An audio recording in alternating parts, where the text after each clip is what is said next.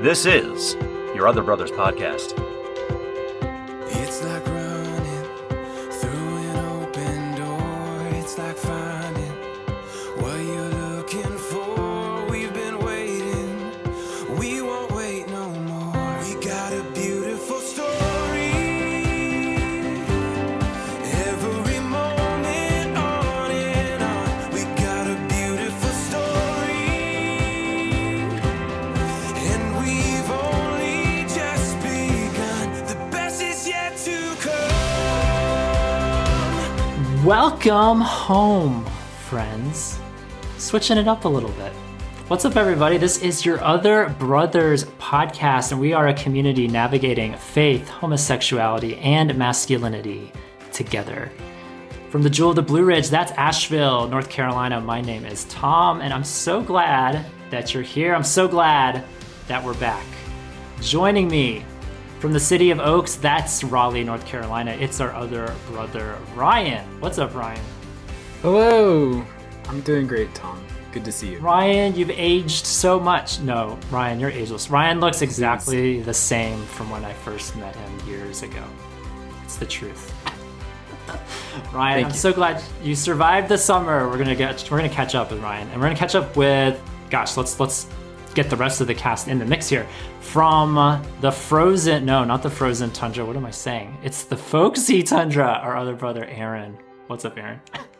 It's been just too long. You forgot my folksy tundra. I forgot which tundra you're from. I have to keep the tundras straight. We have multiple tundras represented here on the YOBcast, so I'm so glad you're back, Aaron. Speaking of ageless, my goodness. Also, Thank you. It's great. also great to be just back. like the day I met you. And coming to us from God's handprint. God's handprint or the handprint of God? I kind of like the handprint of God. Has a little more gravitas to it. The handprint of God of Michigan. Where else? It is our other brother Ben. What's up, Ben? Hey Tom, glad to be back. Little little rusty. Glad to be back. Yeah, apparently you couldn't tell that I talk for a living. You know. You do. You Absolutely. are a pastor by trade, and you come on the podcast because I guess you like it, and we're glad to have you here. It's so good to be back, you guys. We had a little summer vacation, which that was like my first question for you guys. Like, it feels like we're going back to school. We're trying out a new podcasting platform.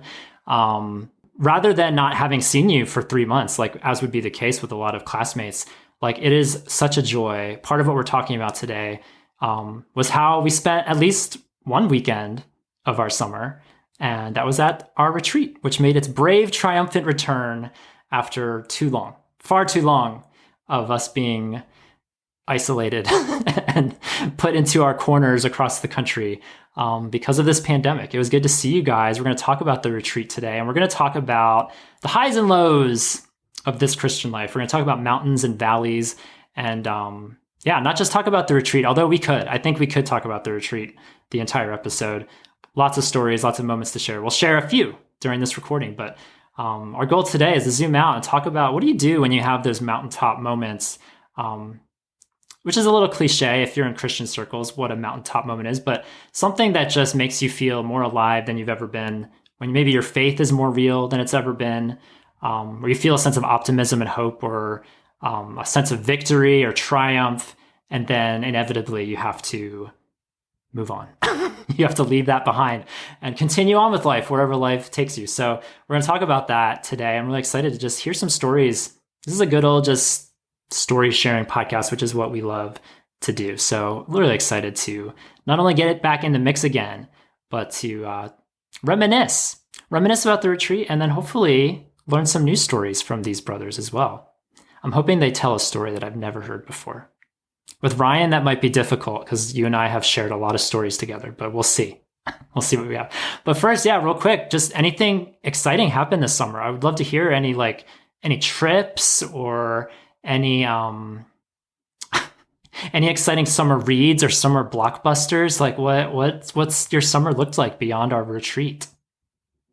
I just went to Washington, D.C. last weekend with some friends. That was a lot of fun. And I rode the train up to D.C. longtime listeners may remember the last time I rode the train, it was up to New York City in 2019, I believe. And this was a better Amtrak experience, actually. It was about the smoothest Amtrak experience I've ever had. The trains were not late. I got to sit in the cafe car the whole time and work on crosswords and look out the window at rural Virginia going by. Rode bikes around the National Mall. You can rent bikes from automated racks there. Mm-hmm. Went to the National Gallery of Art and had dinner at a live jazz club. So it was a great little trip. Oh my gosh. Did you see, I keep seeing on the news, I guess, all these little COVID flags. Like, did you see? We did. All these little white flags for all the people we've lost from COVID. Yeah, those are near the George Washington Monument, I believe, and there are a lot of them. It's just like an ocean of little white flags, and it is a striking sight. Yeah, no, I bet. I didn't know that they were even doing that until fairly recently. I just saw images of it, so that must be a powerful sight. Well, look at you taking the train. I've never been on a long train ride. That is something I'm surprised I've not done. That is something I need to get on promptly. Thank you for sharing. What about you, Aaron or Ben? Any fun travels this summer, or are you just locked in like so many others? Marie and Samuel and I went out to Oklahoma to visit Samuel's family out there. So we had kind of a cross-country road trip. Got to stop in Missouri and see other blogger Eugene on the way out there. Got to visit other friends on the way back, and so I just had a family vacation, and that was lovely. So many name drops there. You really have to be on the inside loop of the YOBBERS to know all of those names. So I think I heard a wife, some chosen family, a fellow blogger. I mean, there is a lot of name drops in there. So thank you for sharing some of where you've been this summer. As for myself, I spent a couple weeks in June out in California. It was my uncle's 60th birthday, so I was out there celebrating that, and then was out there a little bit for work and pleasure as well. And then, I took a few trips. I can't remember where else I flew. I don't remember, but I've made up for lost time with travel. After a year of COVID being isolated, I've been on a variety of trips for work and for pleasure. And so far the plane rides have been okay. So hopefully things continue to improve gradually. Yeah. Well, very nice. As for me, I traveled to Georgia and got in a car accident. So that's the extent of my fun journeys this summer.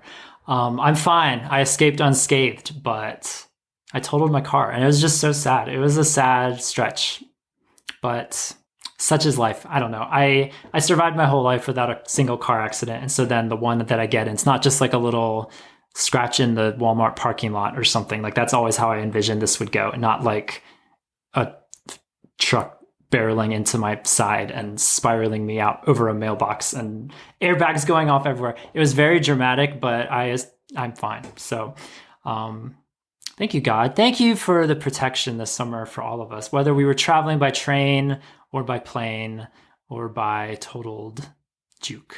Thank you for your protection. And I'm so glad we're back. We're back in the mix, and excited to, do these podcasts pretty much till the end of the year. Every week there'll be something coming out, whether it's a YOBcast or a YOBConvocast. So we'll keep that going until the end of 2021, which is very depressing to me that I'm starting to say those words, that we're winding down 2021. I don't know what to do with that information. It just feels like we're still in 2019, or should be in 2019. I don't know. I'm still processing this crazy pandemic with everyone else. So we're hoping to get closer and closer out of this. But in the meantime, it'll be good to be back into some digital rhythms with you guys again. I'm excited for some really great conversations to come in the next few months.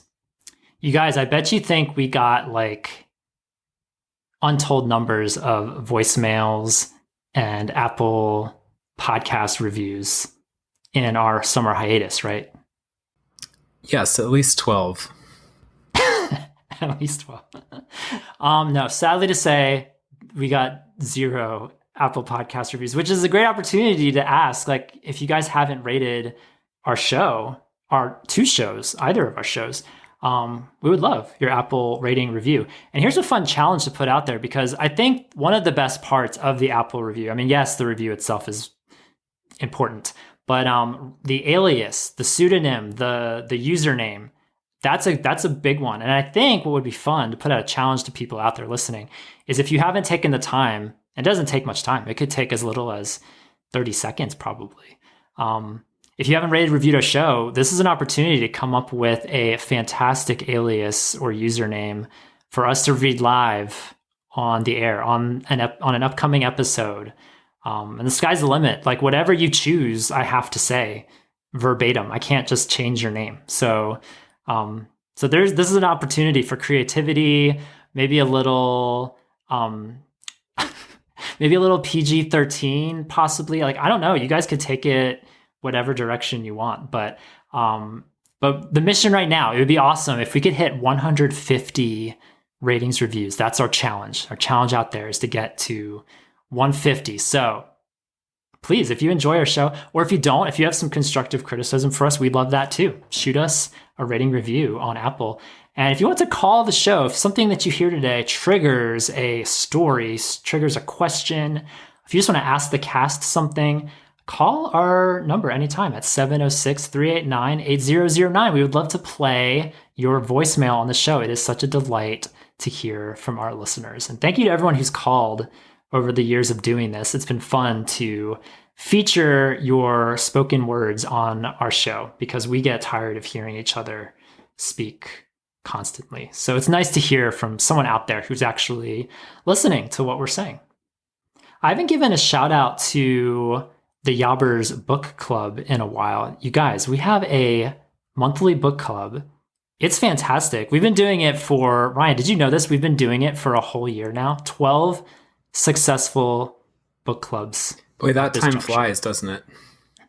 Yes, I know. I'm still stuck in 2019, as has been established. We started this book club in October of 2020. And so as of this recording, we've had 12 books, 12 book club gatherings that we've had on Zoom. And they've been so fun, so great. It's been awesome to read books relating to faith, sexuality, masculinity, fiction, nonfiction. We've had such a fun little mixture of literature, as they say. And looking forward to next month's book, which is From Wild Man to Wise Man by Richard Rohr. That's what we're reading for the month of October. So if that intrigues you at all, if you like the idea of discussing intellectual things in a very cultured environment, check out our Patreon, patreon.com/yourotherbros. All the information is over there.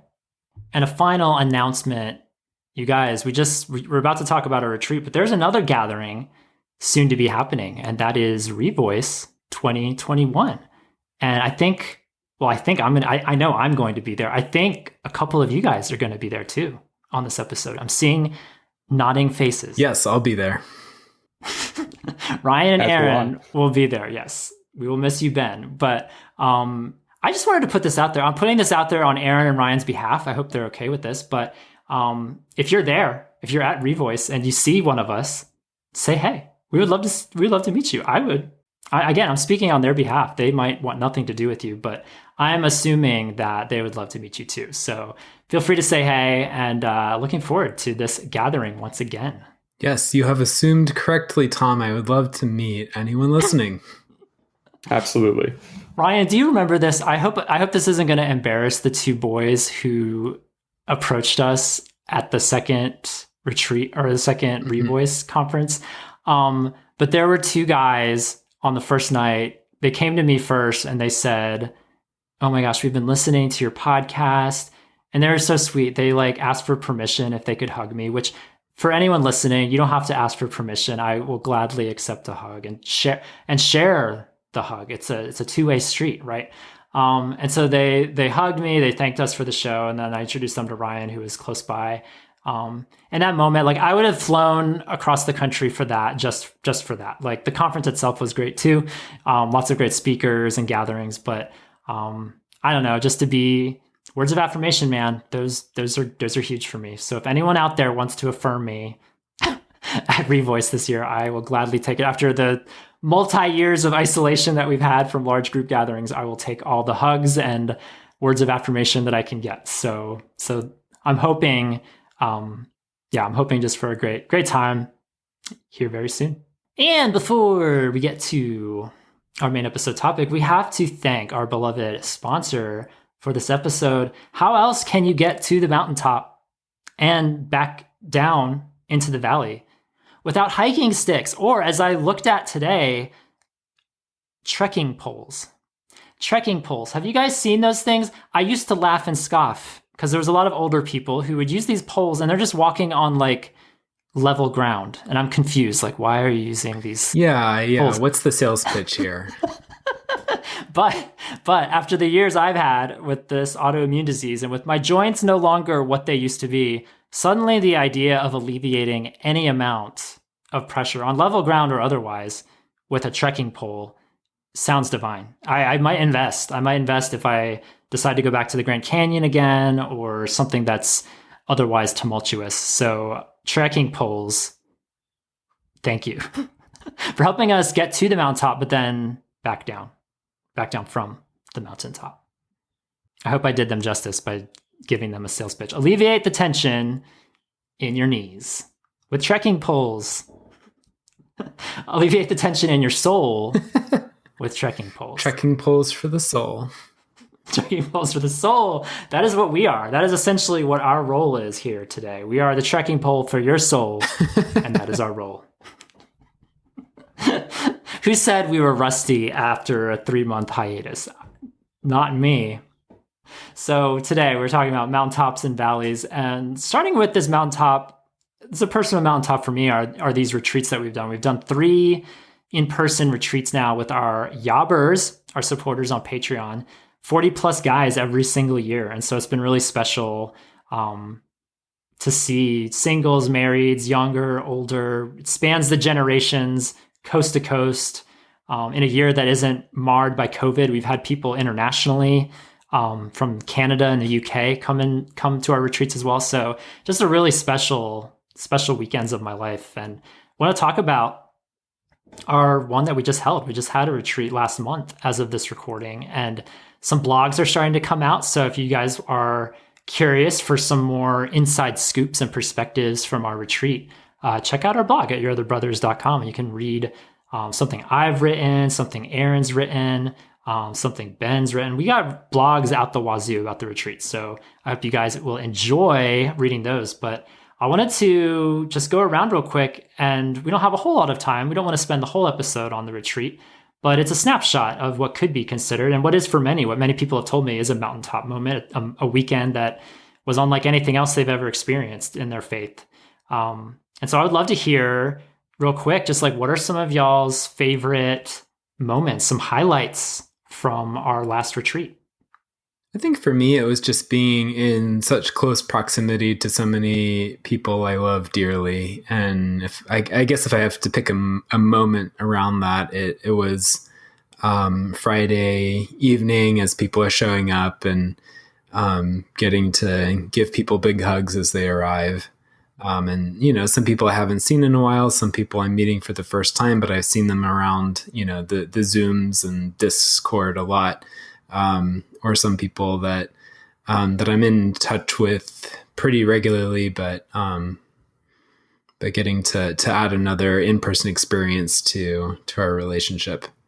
Yeah, those Fridays are really special because it's quiet all day long. And then all of a sudden in a span of 15 minutes, like cars start pouring in, bodies start coming out. And it just becomes a little overwhelming in a sense that all of a sudden this place that was relatively peaceful and quiet is now teeming with humans. And it's special. Yeah, it's special to This year was particularly special. You mentioned meeting people for the first time. Like, we didn't have a physical retreat last year. We did a digital retreat where I met a lot of these people on a more extensive basis, like last year. But then to actually meet them in the flesh for the first time, to give them a hug and to recognize how much taller or shorter they actually are compared to my perceived height of them. Like, it was really special this year to because we gained so many new supporters last year, and we just weren't able to meet them in a big setting like that. And so that made this year's Friday especially meaningful. For me, it was getting to meet some of the other married guys where we'd connected last year during the digital retreat, and this entire last year we've been doing monthly Zoom meetings together, talking about usually, I guess, a little bit of a segment of like, what did we think about the book from book club, but as married guys, and throwing things around, but then just, life, praying for one another over the last year, and then finally getting, to see those guys face to face, a couple of them for the first time was really, really encouraging, I think, for all of us, at least a little bit partially because sometimes we feel like a minority of a minority. And so there's a little bit of a bond there just over being married and having some of those shared experiences that we can talk about with our single brothers, but, firsthand account from the others that experience it as well. So that was encouraging. Yeah. Shout out to all our married guys in our community, because you guys are so special. I'm just so grateful. God has given us a good mix of people, like singles, marrieds, people in America, people outside America, and I'm hopeful that'll just continue as we grow in numbers, that different demographics are filled and our community becomes more diverse and more well-rounded, because I love all of the presence, the spirit that our married guys bring to our wild, raucous single lives. So thank you for thank you for being a stabilizing presence, Ben, and all the other marrieds out there. I'd say for me, I'd kind of echo what others have said, that it's just this opportunity to get to see people in the flesh, particularly after a longer stretch of not seeing people, either because there wasn't a retreat or simply because traveling during COVID wasn't very easy. But I don't tend to be particularly active on social media, which is not a huge shock to anybody here. Not on the Discord either. So the speed dating or just getting to be at the retreat and meet everybody in person is sort of my way to be updating myself on who's new to the groups and who is out there that maybe I should be connecting with that I just have not connected with yet because there's that digital barrier in the way. Mm-hmm. So I think I really like getting to remove the digital barrier even for a weekend and get to meet people face to face. And for me, that's enough then to make that digital barrier worth it once I've made that in-person connection. Yeah. Speed dating, speed networking, definitely a polarizing exercise from our gathering, but one we will keep until the end of time, I think. Yeah, for me, I couldn't pick just one. I remember one guy mentioning as we were debriefing and reflecting on the weekend, someone mentioned an example or a highlight of the weekend being that you would just be walking around. We had a lot of room at this camp compared to the previous location that we used. It was a lot more sprawled out. So you could have more pockets of people going here, going there, spreading around the camp versus kind of more being centralized where we were a couple years ago. And this guy mentioned that one of his favorite moments was just being somewhere with a bunch of people and then just hearing laughter in the distance. Like you would just hear laughter happening or loud voices somewhere farther away that not in your immediate vicinity. And it was just a sense of camaraderie, dispersed camaraderie that wasn't a thing at our previous location. And so I recognize that too. Like I would be walking about my business and I would hear something happening a little bit further away. And it was just such a cool audible experience to hear brotherhood happening. Whether it was on the volleyball court, we had some intense volleyball. Like it was hardcore. It was hardcore. We had some board game palooza happening. We had some musical guys gathering around for a little worship jam, which was special. This place had a little putt course, a little mini golf course. That was kind of cool. It was a great experience just on a recreational basis of just being able to truly, it's called a retreat, to truly get away from the usual of our lives, the noise, the technology, and just to to be with each other, especially post-COVID. Like I had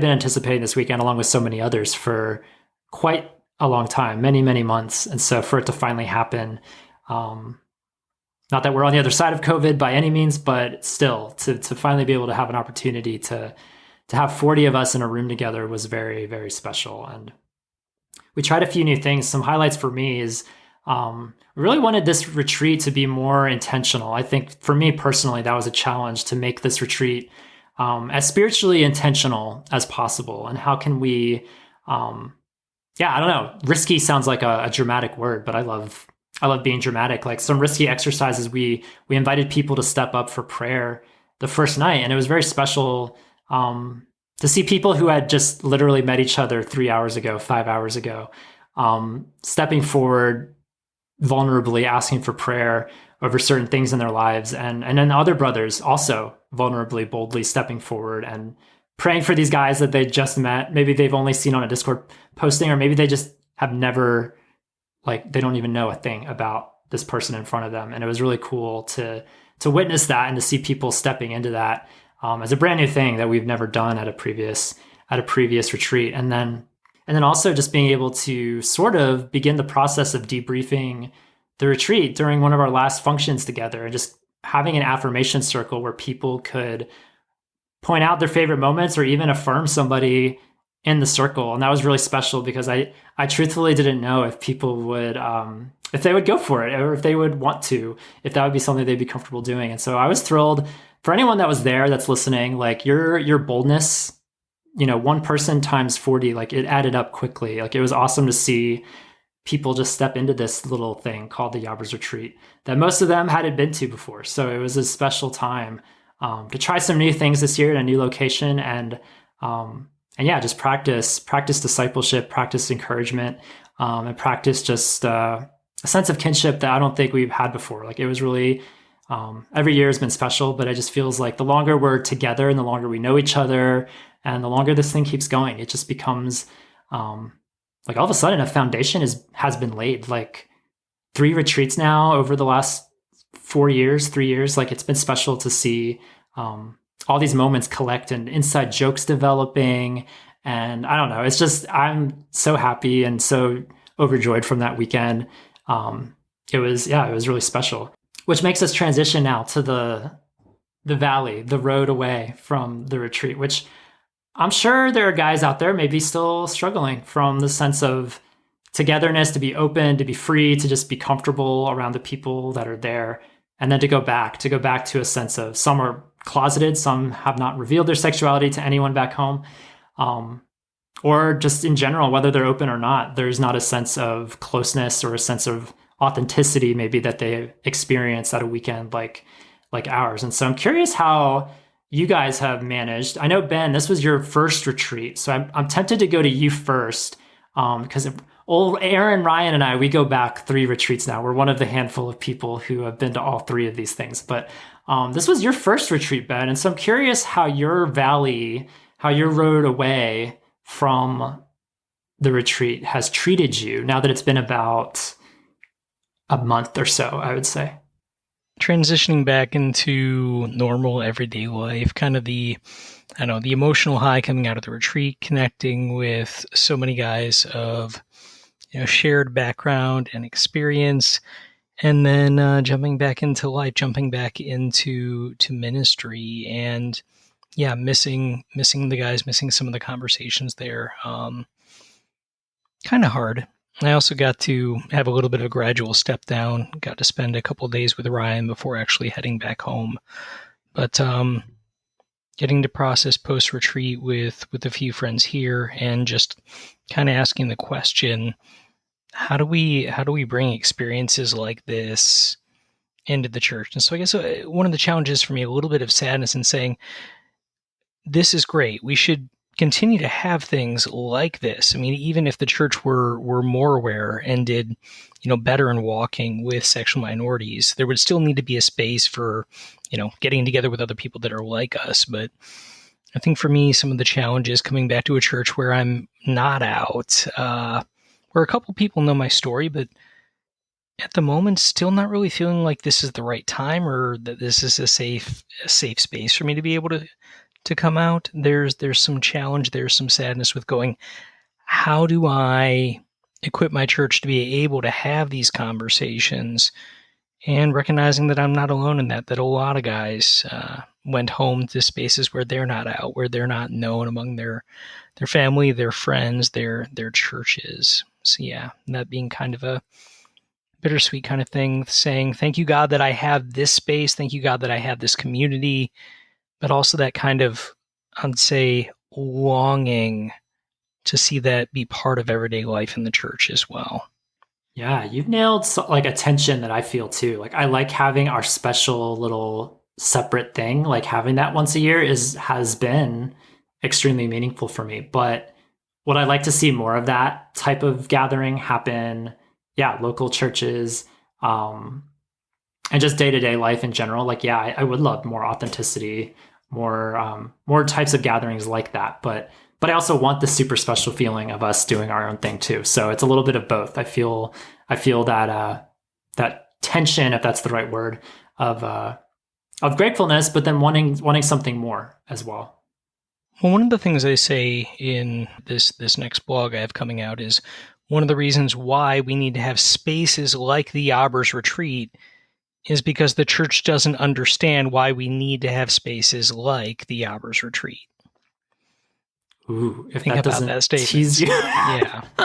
Depending on when this episode comes out on that blog, it might already be out there. And if it is, we will make sure it's linked. All the retreat blogs that have come out so far will be linked in the episode. So check it out if it exists. And if it doesn't, stay tuned.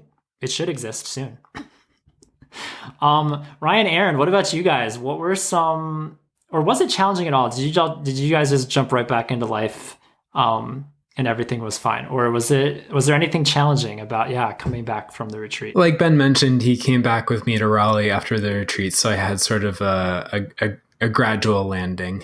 So that was nice. I was so tired and exhausted coming back from the retreat, but somehow Ben and I wound up staying up to like midnight, 1 o'clock every night anyway, just having fun. And yeah, I think this time around it wasn't very difficult coming back. I think because I didn't really fear that I wouldn't see it again, like it wouldn't happen again. Like there was a sense of, well, this is great. I can't wait for the next time. So I think having that perspective helped a lot. That's cool that you can think that, because after the first one, I was hopeful we would do it again, but I don't know. It wasn't like locked in versus now, like Lord, protect me. But like if I had passed in that car crash that I had earlier, there's not a doubt in my mind that you guys would pick up the mantle. Someone would do it. Someone would have to put together our next retreat, right? Among all the other things that would have to happen. But I'm confident that there is enough support in this community. We're about to get to something I'll share in a little bit, but I just feel super supported by you guys and by the other leaders in our community. And I feel, like there will be another one way or another, come pandemic or not. Pandemic, car crashes, or what have you. Like there will be another YOBBERS retreat, and that's like you said, Ryan. I think that's something that's really exciting to think about and consider. Yeah, I think for me, I can relate to what Ben said. There's sort of because of how good it is being at the retreat, it makes you realize like the church is not doing the same thing. And it's a little bit sad to me that I can show up at a YOBBERS retreat and in a short span of just a weekend feel familied to these other guys at Yob and feel like I have a home there and I'm known and I'm seen and I'm understood and I'm loved. Even though, like I talk about in my blog, like these are very different guys from all over the place who I may or may not be friends with in any meaningful sense if I were just to meet them in passing. And it's sad to me that I don't feel that from the church. I don't get that sense of being familied, even in a church that I've been to for years and years and years and might know people in. Like they're missing some secret ingredient that causes this familying to happen in a tangible sense. That being said, generally I've always come off of the retreats feeling pretty good. I think I've gone into them aware of the possibility of a mountaintop experience and therefore a subsequent valley, like tumbling off the mountaintop. But this year in particular, I went from the retreat straight back into a really crazy work week. And so my processing time was cut to basically zero. I just had to be right back in it. So you still haven't processed this retreat. This is your chance to process. I'm still working on it. And I'm an external processor. So what you're hearing here is like live action Aaron's thoughts being developed, which is pretty much always true on these podcasts. But I do think with the first retreat, I came off of it feeling better than worse because I was just so excited. I don't know. There's something about Yob. Like I said earlier, I don't necessarily click digitally. So I didn't feel like I was a part of Yob until I went on that retreat. And then when I left that retreat, I came out going, oh, I'm actually a part of this community now. And it meant something new for me. And so taking those connections that I had made and having those going forward, I think kind of removed the blow of coming off of this amazing weekend. Yeah. I think for me, the biggest challenge for all three of these retreats has being present. Kevin, I'm gonna shout out to Kevin Zimmerman because he reminded me of a moment from I can't remember if it was the first retreat. I think it was the second retreat. But I have this little joke, which is my little dark joke of like, whenever I enter into something that I just know is going to be amazing, I already forecast it being over. I vocalize that sometimes. I've gotten better over the years of just keeping my dark thoughts to myself. But I remember the second retreat, it was like the first night. And I told Kevin Zimmerman, Kevin, it's already over. It's about to end. And even though it was just starting, and he was like, you can say that the second night, but not the first night. And so I struggle with being present in my day-to-day life. And so when I'm at a moment like that, when I know it's going to be a great weekend, like even if things go wrong, quote unquote, like it's still going to be a really awesome weekend. And it can be hard. It can be hard to stay where I am, whether it's Friday night, Saturday night, or what have you, and not forecast already being at Sunday night or being on Monday with the work week starting again or whatever. So that's been my biggest challenge for all of those. And for in general, mountaintop experiences throughout my life, it's just being able to appreciate the moment and the fact that it is about to end, like that there's kind of a sweet sadness about it. Like I remember when I was living in Charlotte for a year, I came across some street art that said, "Nothing lasts, that's the beauty." And I wanted to punch the wall when I saw it because it made me angry. I was like, no, that's not the beauty. That's the tragedy, is that something that you want to last doesn't. But then when I look back at these retreats, would I look back on them with the same sparkle if we were just still there now, if we were still living at that camp, if we just invaded and just took over that camp and we were all living there? How would day-to-day life look? How would we handle conflicts? How would we, not that conflicts can't happen on a 2-day weekend, but I don't know. There's a sense of just appreciating it. The fact that they are short weekends, they go fast. There's a beauty in that we were able to pack in so much in a span of 48 hours, 72 hours. And to be able to then reminisce and talk about it and share in that and hopefully bring some of that back with us to the valley, quote unquote. I'm curious, in our remaining time, you guys, I would love to hear some of your other highs and lows. Like, what are some moments, whether they're weekends, retreats, missions trips, or I don't know, these typical quote unquote mountaintop experiences. I'm curious what comes to mind when you hear that and think about the course of your life, whether it's 20 some years or 30 some years for some of us in the room. I would love to just hear what those moments are, and then what life after those moments were. How did you handle that from a spiritual perspective, going away from that, whatever that was? I think for me, in the retreat kind of reminded me of this. So I had told Marie about my sexuality before we got married, but we didn't revisit that topic again for 6 years. And when I opened that box back up, there was some trepidation, some fear, and just asking, how do I navigate this? How do I process this? And the seminary that I was going to at the time, I found out actually had a support group for sexual minorities.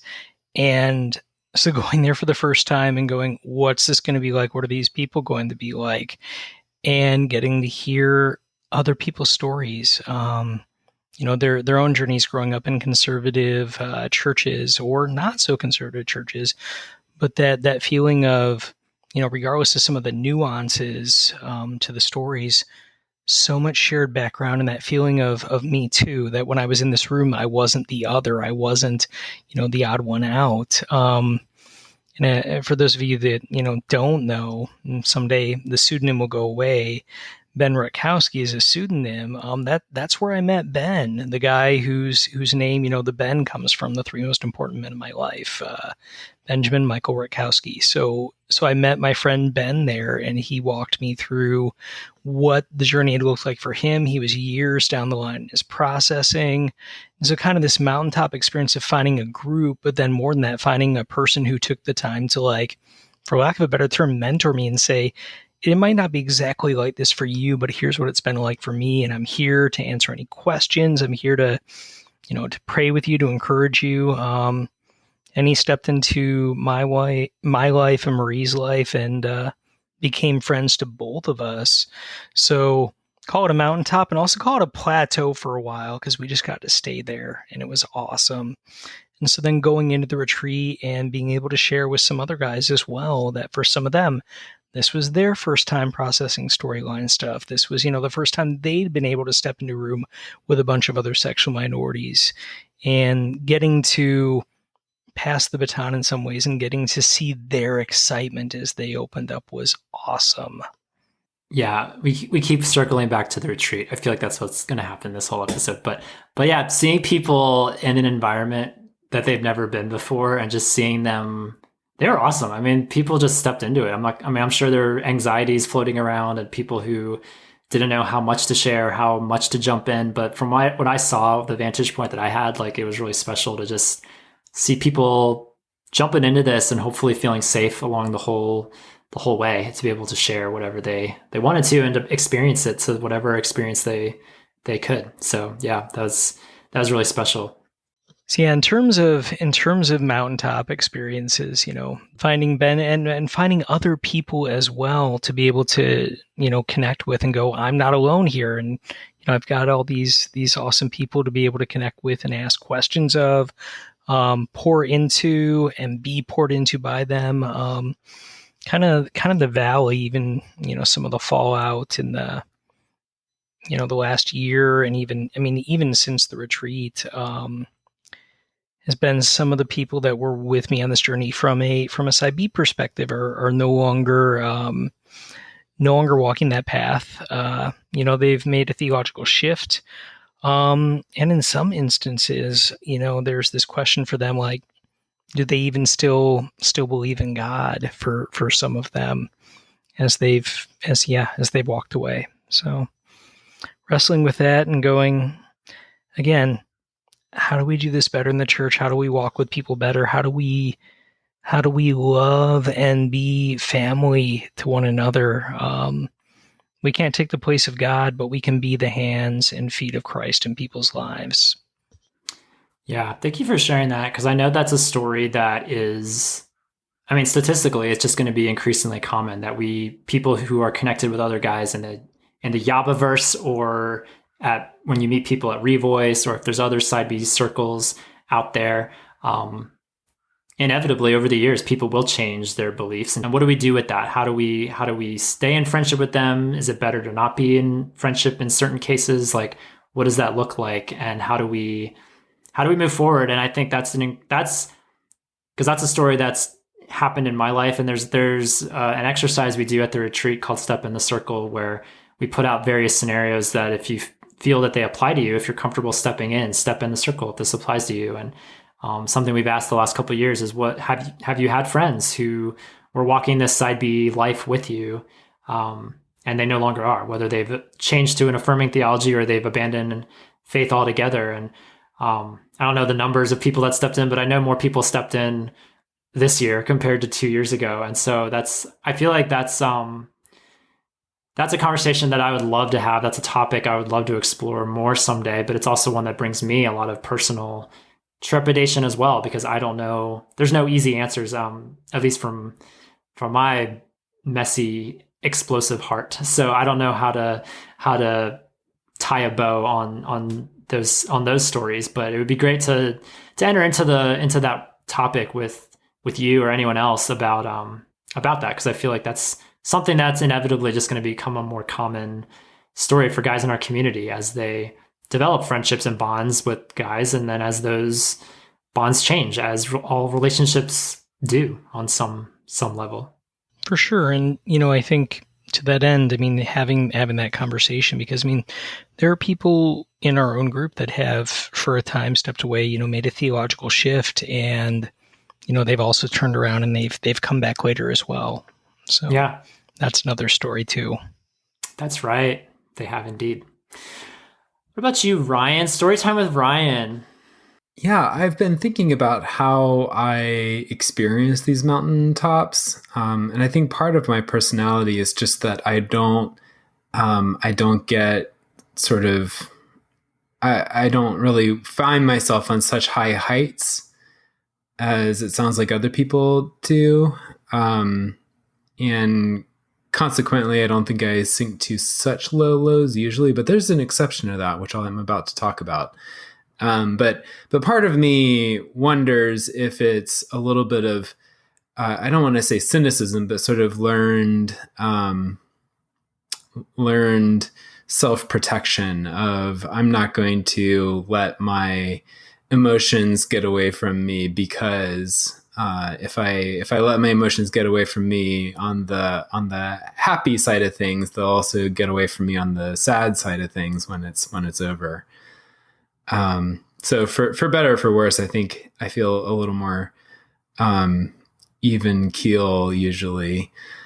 So I will say Revoice in 2019 was a grand experience. It was wonderful. I loved the connections I made there, the time I spent with friends there. Coming back from that, in the following weeks, I got really depressed, and I sank into probably the worst depression of my adult life. And I wound up getting on medication for the first time for depression. And I kind of thought a lot about like why right now, why after Revoice. I was kind of trying to figure out what was it about Revoice that did this, or was it other circumstances, other people, other relationships, other things going on in my life? And I guess it was certainly a combination. But that took a long time to recover from. And yeah, I don't want to say it was all Revoice, but I think all of the emotional and relational expenditure over Revoice, I think pushed me into probably an unhealthy place. And I've been hesitating to tell that story about Revoice, because I don't, Revoice has been a controversial thing, and I didn't want to tell my counselor, because I'm afraid they'd be like, oh, well, you shouldn't go next time, or I'm afraid to tell that story online in public, because all the Revoice detractors are going to be like, see, it's actually spiritually dark and evil, and people shouldn't go. So yeah, I laugh, but it's sardonic laughter, because I totally get that. I totally hear what you're saying. Thank you for sharing that. That's super meaningful. I'm sure people can relate with whether it's coming off the YOBBERS retreat or whether it was coming off of Revoice, or both, for guys in our community who have gone to both. Like, I'm sure there are guys out there who appreciate your sharing that, because it can be such a shift to go from that environment to back to life again. So thank you for sharing that. It means a lot to just have the honesty as well, as always. So my season of high and low was kind of a roller coaster. It was like one day I'm at the mountaintop, the next day I'm down in the valley. And it kind of persisted that way for some time. For me, that was during college, when I was finally going through the process of coming out. And I talk about this in some of my blogs, but I went into college with the expectation that my orientation would change. I figured at some point I'd become a good enough Christian that I would just become straight. And when I found that not happening, despite having a lot of other good fruits of the Spirit in my life, I really wrestle with that. And I heard a testimony from Christopher Yuan, who some of you might be familiar with.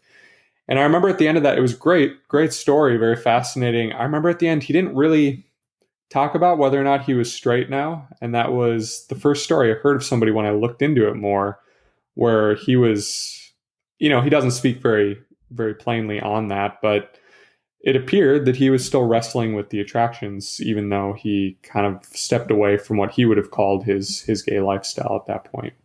And that was difficult for me to palate this idea that, okay, this might be a long-term journey. And that really spurred off from my own processing and from God kind of nudging me forward, this idea that, okay, this is not just an issue that I can sweep under the rug and leave untalked about until it goes away, because it may not go away. And that kicked off coming out.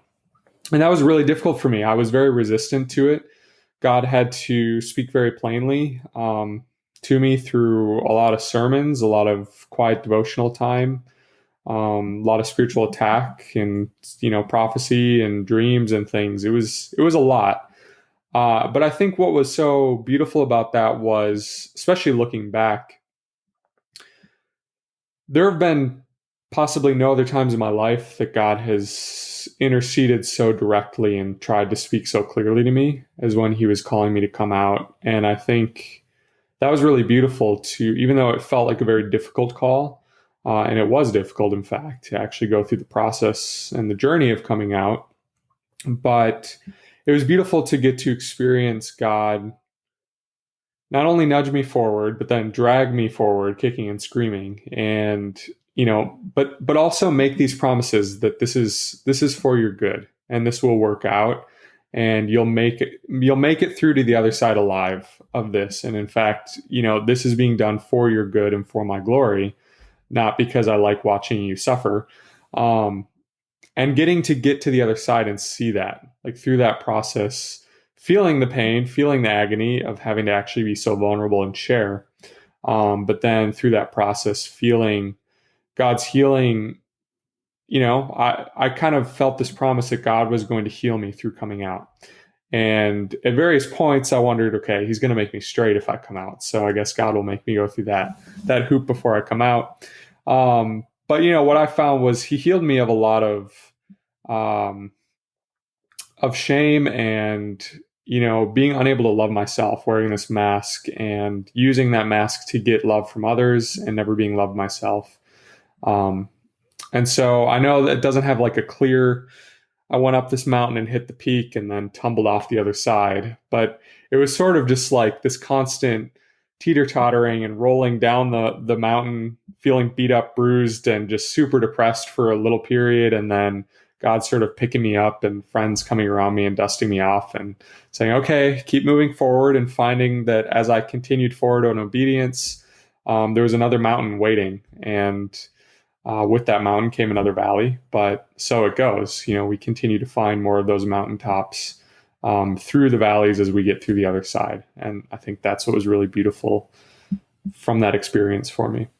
You guys are so good at taking this image of the mountain and the valley and making metaphors and images come from that. Thank you for the poetry of that that example, Aaron.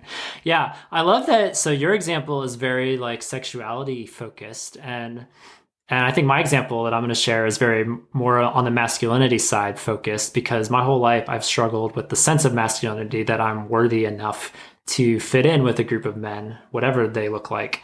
And so for me, whenever I think about mountaintop moments, I had a spurt in my young 20s, mid 20s, where I was working at all these summer camps, like every year for 3 years straight. I was working at summer camps, and it was my little getaway from tutoring fall and spring. I did these summer camps to fill my days and to make my budgets. And so in 2012, I worked at a boys camp here in North Carolina. And to this day, I have no idea what in the world got me there other than the Lord. Like, I truly believe the Holy Spirit led me to that place in a very tangible sense, because it makes no sense looking back why on earth I would have even applied for this job. I was living in California at the time, so it was thousands of miles away. And I don't know. I checked out their website and got a gut feeling, and I followed it. And that's essentially what took me to those camp gates the summer of 2012. And when I got there, like the floor fell out from under me because all of a sudden I looked around and saw 100 dudes who looked nothing like me, sounded nothing like me, were very straight in a very just a simplistic sense of the word, but just it was a very foreign environment because most of these guys were 4 or 5 years younger than me, still in college, kind of had a frat boy vibe for the most part. There are some exceptions as I would learn over time, but that first introduction into this camp was very jarring and very disorienting, and I felt very isolated. I knew nobody. A lot of these guys have either been working there for years or came with people from their college, and so there was a sense of like cliques in the group that I was not a part of. I say all this to say because that summer wound up being one of the most meaningful summers of my life. I had to survive those first couple of weeks of isolation and not knowing anybody and not knowing how this world and this universe worked. But once I started figuring it out, once I survived this endless training period, and once the first crop of kids got there, once we had cabins assigned, once the summer, like the actual summer was underway, I found myself just loving the rhythm of that thing, of that summer, of that place, because there was a set time to wake up every morning. There was, you eat at this time, you go to this activity, you do this worship, you do this. It's a snapshot of our retreat because our retreat is pretty structured too. And for me, as a person who I think generally appreciates more structure than less, I think it was just awesome to have 3 months of my life that were super regimented and super clear about what we were doing. And the purpose of it too, of helping these boys, these teenage boys, have the summer of their lives and being able to have hard conversations with them if they had questions like that. And then to be able to enjoy that with fellow counselors, fellow staff, was also very special for me because up until that summer, I had never been in an all-male environment like that. Like, I can't think of a time in my life where I had ever been just constantly surrounded by men. I didn't have the college dorm experience. I didn't have men's groups at church or anything. And so this was really my first time ever just being surrounded by men for a prolonged period of time. And it was extremely jarring and terrifying. I almost left. I almost quit in those first couple of weeks. But then I survived it and started thriving in it, to be constantly surrounded by men who are all there for the same reason. I mean, we're all there for a paycheck to some degree, but way more than that. Like, we're there to bless the new generation that's in our midst and to support one another along the way too. Like, I'll never forget moments of just like at the close of each session, like wrapping our arms around everyone's shoulders and singing "It Is Well" to close out that session. It just stands out to me as just very meaningful. And I remember after surviving that summer and driving to my parents' house, because that's where I went after the summer was over. I drove to my parents' house a couple hours away to figure out what came next. Like, that drive still remains the hardest drive, I think, of my life, because I literally just went through this. It felt like I just survived this wormhole where I transplanted to a whole nother universe of men, and I felt more affirmed in my masculinity than I'd ever felt. And all of a sudden now I was leaving the gates that I was tempted to leave in those first couple of weeks. Like, I didn't think I could do it. I didn't think I could handle it. Extremely overwhelmed in those first couple of weeks. And then after surviving the summer, realizing I didn't just survive, but I actually thrived, and that I actually was already in mourning. Like, I was in mourning as soon as I was a car length outside of the gates. I was already in mourning that this experience was over, and how do I make sense of this new terrain? Because that's what it felt like. It felt like I was on Mars or something, and I had to figure out where's the next colony, or like, how do I get to the next place, or what's the next checkpoint? Because I have no idea how to walk away from this summer. And to an extent, I mean, this was almost 10 years ago. To an extent, I almost feel like I never have. Like, I've never been in an environment quite like that.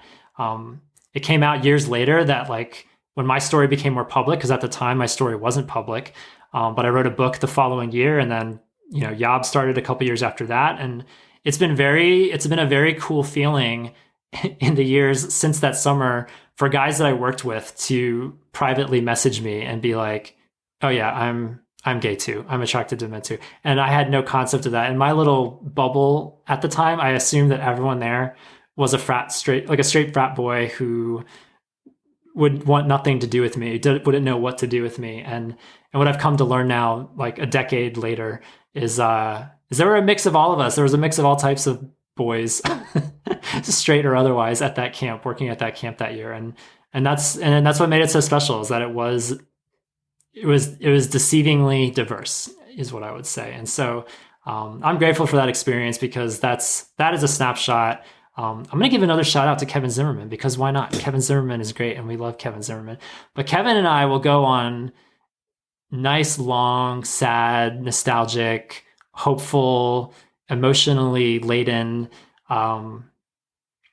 visions and conversations about camp, because camp is a very special part of his story too. And I never really got to go to camp as a kid, but to be able to work at that one in particular was very special for me. And when I think about, like, how do we take this retreat, how do we take that mountaintop experience and take that into our real lives, I think about the same thing with camp, like the magic of camp, of getting away from the usual, surrounding yourself with people that you don't usually see on a regular basis. How can we take that same magic, or that same, I don't know, that same energy, the spiritual energy that's there? Like, surely it just doesn't exist there. Surely it exists outside of those gates too, right? But how do we, like, I'm still trying to figure that out. Like, how do we channel that energy? Because there is still a lot of me that wants to go back, like wants to go backward, wants to go back to camp or back to YOBBERS retreats of old. But that's not the way life goes. We don't go backward. So I don't know. Any closing thoughts about that? Like, are there any practical ways that you guys have seen that you've taken parts of those highs, parts of those mountaintops, and transplanted those into the present, into the future? I think it's looking for the opportunities for the people who are in situations for them currently that, you know, that I've been in the past, being able to step into those and being able to speak words of life, asking God for opportunities. Yeah. I mean, as I said, I'm not out to my church, but I feel like every once in a while God will give, you know, a piece of somebody else's story where, you know, I feel like I'm supposed to disclose part of my own that ends up being, you know, like a bridge to be able to connect with them and let them know it's okay to talk about the heart stuff. It's okay to talk about the hard stuff. And yeah, those mountains, those valleys, whether it's, you know, yay, I'm completely loved and accepted and I've got the space, or, oh, there are some people that aren't on this journey with me anymore, that those pieces, both of them, end up being able to be synthesized into this new space where my freedom in sharing, you know, means that this other person has the freedom to share, the freedom that even if it's not the exact same thing, they feel seen because they now have a safe space to be able to talk about what they're going through. So yeah, at least that's kind of what it's been for me, looking for those opportunities, praying for those opportunities, and sometimes sharing and having it not go well, and that freedom to be able to, you know, ask for and receive some grace as well in those. That's good, Ben. I hate to offer what is probably going to sound a little bit like a wet blanket answer, but I do kind of worry that framing these experiences, these trips like this, like mountaintops versus the rest of my life is the valley, maybe sets us up for disappointment, and it makes it really easy, really tempting to be ungrateful for our everyday lives. I think that as I've learned to love my everyday life a bit better, learned to love the quietness and the solitude of my house, and learn to actually sort of savor and enjoy the anticipation of seeing the next time I get to see friends, the easier it is to come back from the retreats and the revoices and the vacations. But I do also feel that answer I do put forth sort of intention with the hope and realization that these sweet times of fellowship and connection and belonging are the natural state where we belong. They are that's a closer image of what I think life will look like in the new creation when we're together in perfect community. And so I don't want to, I want to be able to be thankful for my everyday life, but I also don't want to sort of throw away the hope that these times together point me towards. Yeah, that's such a balanced approach. Right.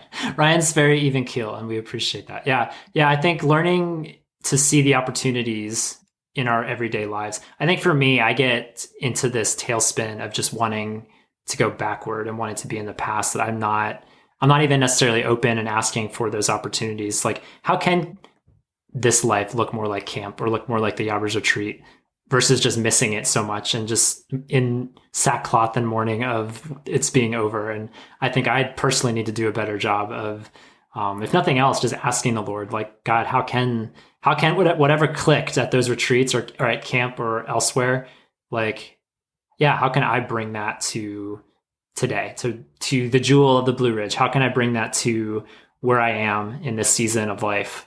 I don't ask God enough for that. And so I definitely feel a sense of conviction to be more bold, I guess, in my prayer life about personal reflection. I am realizing that I am incredibly unnostalgic as a person. Like, that's just part of, it sounds like, Tom, part of your personality is that you're just very nostalgic naturally. But to me, it's such an alien emotion. Like, I don't look back with nostalgia on my childhood. I never really look back at pictures that I take on trips. I think back on a lot of things that I'm like, oh, that was cool, but I'm kind of glad it's over. So, yeah. Well, I am a 4, and the typical 4, there's like, I'm not going to go onto this side tangent, but I know 4s live in the past. And if you look at different Enneagram types, are more resonant toward the past, present, or future. And so I will raise my hand, not loud and proud, but it's kind of more of a sad and bad, like, that I live in the past. I do. I think about the past all the time, how it was better back then. And so I feel that's definitely a point of growth for me, is when I can get out of the past and in the present. That's, again, I mentioned that during the retreat. It all comes full circle of the retreat. I mentioned already believing the retreat is over when it's just starting. That's something that I need to, I'm more self-aware of it now than ever, but it's a challenge for sure. This idea that, to Ryan's point, there isn't necessarily always, like mountains and valleys. One of the things that has gotten talked about in, pastors' conferences and circles is we talk about this idea of growth in Christ, and over time your spirituality is supposed to be like this upward curve where you're growing in sanctification and growing in your walk with Christ. But in reality, what it looks like, and what we see, mirrored in Scripture as well, what we have of people's lives is more like their walk with God looks something like this, and it's not necessarily always distinct mountains or valleys or highs or lows. It's this multifaceted. There are some areas where it feels like we're thriving and we're striving, we're doing well, and other areas where it's like, despite striving, despite, trying to yield, it stays low for a while, and there's back and forth. And that's relationship with God, that's relationship with other people in the church. And so I think, maybe to bounce off of Ryan's idea there, it's navigating those tension points where sometimes things feel great and sometimes they don't, but recognizing that, I'll go ahead and I'll use the trite phrase, if he's God in the mountains, he's also God in the valleys. Hallelujah. But again, learning to recognize that God is God, and he's sovereign, and he's there regardless of what we're feeling moment to moment. And if there's nothing else that's consistent, he's consistent. And that is a huge comfort when it feels like lots of things are falling apart. Yeah. Ben, is that what you sound like on Sunday? Was that a little teaser? I've never listened to you preach Yeah. This on is a actually Sunday. a voice alteration. What you hear here is me turning off the voice filter. This is what I actually sound like most of the time. Hallelujah. So you're using an alias, Ben Rutkowski, and you're using a voice filter. You are taking every precaution. Very nice. In my experience, perspective is everything in our faith. So it's a lot of being able to zoom out a little bit and look at your life over a longer term narrative instead of in any given moment. And I think partly it's expectations. When you go into a mountaintop experience, if you expect it to last forever, you are setting yourself up for failure. I mean, that's most of our lives is mundane. It's somewhere in the middle of heading between a valley and a mountaintop and kind of being somewhat neutral. And I think when you look back over the course of your life, and this is, one of the benefits of being a Christian for a long time is that you have a long history of relationship with Christ and with God and the Holy Spirit working in your life. And you can start to look at how you've made it through the previous mountaintops, how you've made it through previous valleys, and how God has been faithful to continue to carry you on to the next thing. And I think that's a little bit what Scripture is to us as Christians, is giving us this perspective of how God works in lives, and that, we have this compilation of all these beautiful stories and these huge, important moments by our heroes of the faith and things like that. But for most of us, we're probably just the Israelites, fumbling along, faithful to God one day, forgetting what he just miraculously did for us and saved us from, and denying him the next. And that's okay. I mean, it is this gradual upward trajectory of sanctification, but I think God has an expectation that a lot of our life is going to be mundane. And sometimes I think we get stuck in this feeling that if we're not constantly riding a mountaintop, then we're not walking with God and we're not fulfilling the potential that he has for us. What a pastor that I really love, Matt Chandler, he does a sermon where he just preaches on this whole idea of, you're not David. The lay people in the audience, you're not David. We all have some David characteristics. I mean, David is there for us as individual Christians. Fine, sure, great. But, we're not out there destroying Goliath. Like, Jesus is David. And we're just the scared Israelites standing on the sidelines, thankful that Jesus stepped in to save us. And that doesn't sound as exciting or, full of glamour and fame and wondrous, joyous praise, but it's beautiful and it's true. And I think that it allows us to appreciate our faith with Christ for what it really is and what it should be.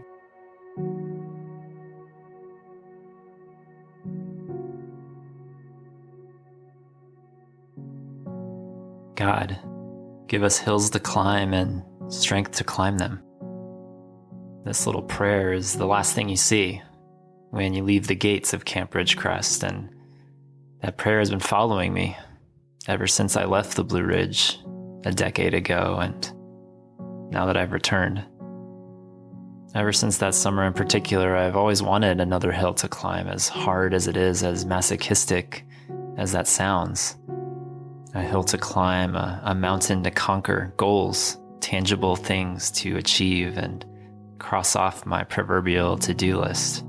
Self-awareness and self-growth with each step that I take up higher and higher, and I never want to go back down. I want to receive new insights and revelations, and I want my faith to be real every single day, with every single view, a 360 atop. Ironically, the hardest hills to climb in my life are often level. The things that sap me of my strength and my will are the steps that go forward, forward, forward, not necessarily up or down. But I guess I'm realizing that without the hills, there's no reason for the valleys. And likewise, without the valleys, there's no reason for the hills. One feeds into the next on this terrain of life. And if we're not taking whatever revelations or insights we receive from the mountaintop down into the valley, What even is the point of them? What are we doing with our faith? What are we doing with our growth? Where can they be tried and tested and groomed, grown, not just for our benefit, but for the benefit of those around us, those doing this life and walking this road with us? In his devotional, My Utmost for His Highest, Oswald Chambers talks about the mountain and the valley. Some of his devotional, The Place of Exaltation, reads as follows. We have all experienced times of exaltation on the mountain, and we have seen things from God's perspective and have wanted to stay there. But God will never allow us to stay there. The true test of our spiritual life is in exhibiting the power to descend from the mountain. If we only have the power to go up, something is wrong. It is a wonderful thing to be on the mountain with God, but a person only gets there so that he may later go down. We are not made for the mountains, for sunrises, or for the other beautiful attractions in life. Those are simply intended to be moments of inspiration. We are made for the valley and the ordinary things of life, and that is where we have to prove our stamina and strength. Yet our spiritual selfishness always wants repeated moments on the mountain. We feel that we could talk and live like perfect angels if we could only stay on the mountaintop. Those times of exaltation are exceptional and they have their meaning in our life with God, but we must beware to prevent our spiritual selfishness from wanting to make them the only time. And so, fellow sparrows, whether you're soaring high above proverbial mountains or descending into deeper, longer, harder chasms, know that you are seen and you are known the entire span of this journey by the God of hills and valleys, and you are being shaped into something unique, something purposed, something beautiful with every step. Each inhale on the incline, each exhale down, and breath after breath in this ever-extending onward. Your character before God and your character amongst others, chiseled and rounded as you fix your gaze Christward. Always remember that view from up high, the chill of that air, the vibrancy of the horizon, when our faith and mission have never felt more bold or clear. But let us not stay there, removed from our faith and this mission at hand. We have a journey before us, you and I both, and may we learn to take the mountain with us into the valley below. And may we in turn take the seasons of this valley up every climb.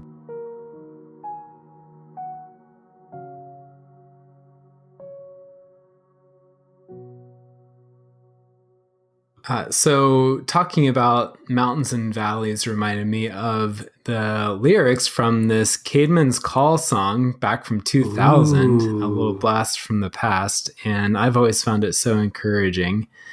Because the chorus goes like this: down in the valley, dying of thirst. When I'm down in the valley, it seems that I'm at my worst. My consolation is that you baptized this earth. Well, down in the valley, valleys fill first.